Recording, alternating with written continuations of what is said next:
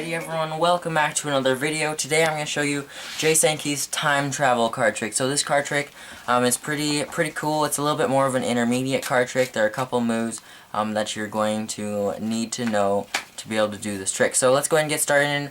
I will leave a link to Jay Sankey's channel down below, so definitely check him out as well. So I'd have you tell me when to stop. Let's say you said stop right there, so we go ahead and take it from your break right there, and I'll show you the card.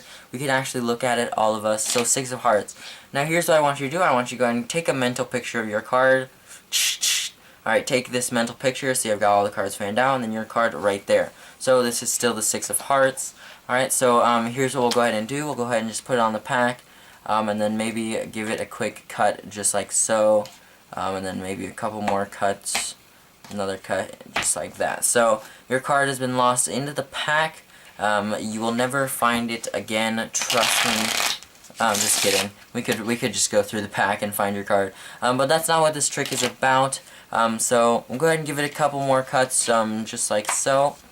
And so here's what we're gonna do. I'm gonna do what's called a slop shuffle. And this is what it looks like. You fan over some cards, flip them over, fan over some cards, flip them over. Some cards, blah. Okay, so this basically gets all the cards in this huge mixed up jumble. That's a complete and utter mess. I never recommend doing the slop shuffle just randomly. So I want you to see here that I've got some cards that are back to face, and some cards are face to back, and then even some cards happen to be face to face. Alright, so here's what we can do now. Watch.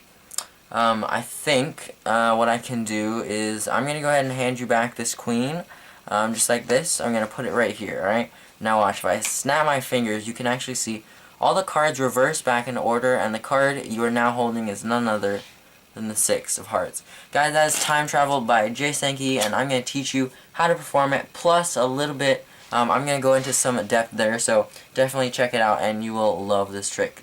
Big shout out to Jay. Guys, so I just want to say something really quickly though. This trick does not use any gimmicks or anything. So all you need is just a pack of 52 cards and you will be set. So here is what you go ahead and do to start. You can give them the pack to cut.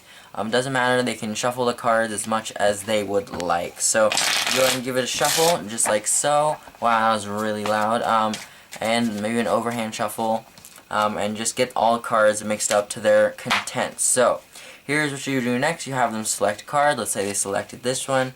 Tell them, show them 3 of diamonds. You spread over the cards. Tell them to take a mental picture while it's flipped over. Alright, like that. And then you just say you're going to loosen the deck. You control back to the top. Another move I like to do besides the one I did in the performance was the double undercut, which gets their card back to the top. I'll leave a link to that in the video. I'm sure it will be in this corner, like right there. So or you can do what I did in the performance. I'll just go over this very quickly. 3 of diamonds. You need to know how to do a Charlier cut to be able to do this, but you hold it in this position, peel down about half the deck, then about a quarter of the deck, then you grab that middle section, just like this. You're going to put it on top, catch a break, like that. Do a 1 undercut like that. So now you've got this, about half and half. Do 1, 2, cut to the top, bang. So you got their 3 of diamonds back on top. Or you could just do a Marlowe tilt, but I generally prefer to just do just a double undercut or something really simple.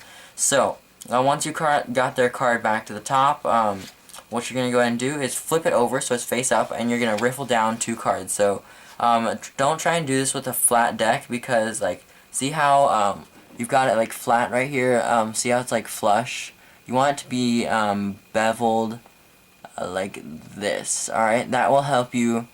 Oh, I'm sorry, other way. So you want it to be beveled outwards, so like this, alright? So you've got it in your hand and you've got that angle. That will allow you to easily count 1, 2 cards just really easily. Alright, so you're going to pinky count off 2 cards, or you can just do a pinky pull down with 2 cards. But you need to have some experience with the pinky pull down to be able to do that.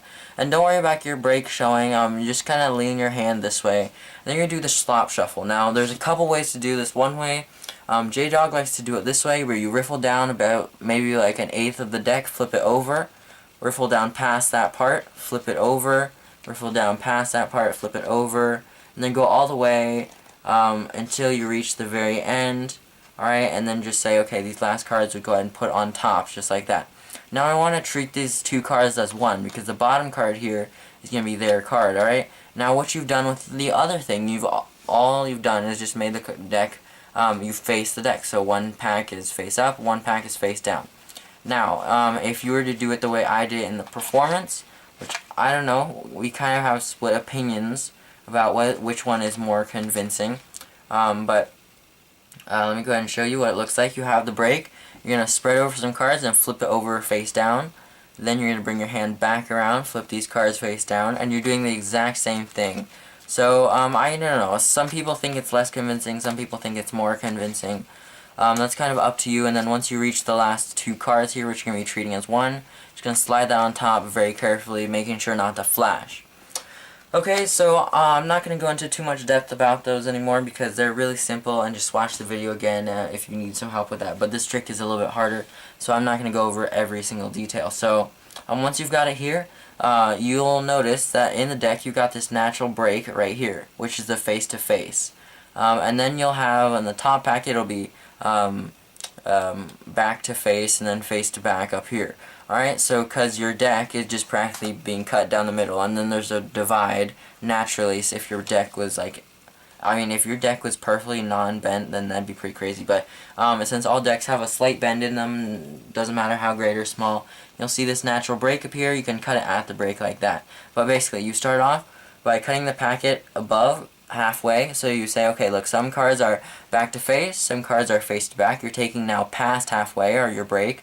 And then now you can just lean it to the side, find that break. So you see how there's that line of division, like right here.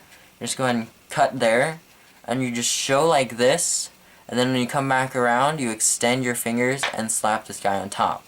Alright, so now what you've done is you got the whole entire deck ordered. But let me show you one more time. Oh my gosh, I cut to the 7 again. Wow, that was pretty lucky. So you what you can do is you'll have that natural break again. You cut at that break. Alright, okay, so you can say, okay, then some cards are face to face. Flip this packet over and put this guy on top. So now you got all the cards one direction, except for the 2 cards on top, which you can do a 2-card lift or a double lift. Just flip over the 2 cards as one. Whoops. And so basically what it'd look like, you'd have the cards and you'd flip them over, and then you'd have it like this, and you'd feel 2 cards down here, just like this, and then you'd flip it over. I'm not gonna explain the double lift because that's something fundamental you need to know, and we have a tutorial for it, so that should be somewhere as well, or you can just look it up on our channel. So then you place down the 3, which is above that card, on the table. Whoops. Yeah. You put down the 3, just like this. Spread through the cards, reveal all the cards are now flipped over, then reveal the 3. So, guys, I moved very quickly with that trick. There's a lot to it, but it's definitely a great trick nonetheless. So, give this video a thumbs up, and comment down below what you want to see next. And with that, I'll see you all in the next video, and don't forget to subscribe.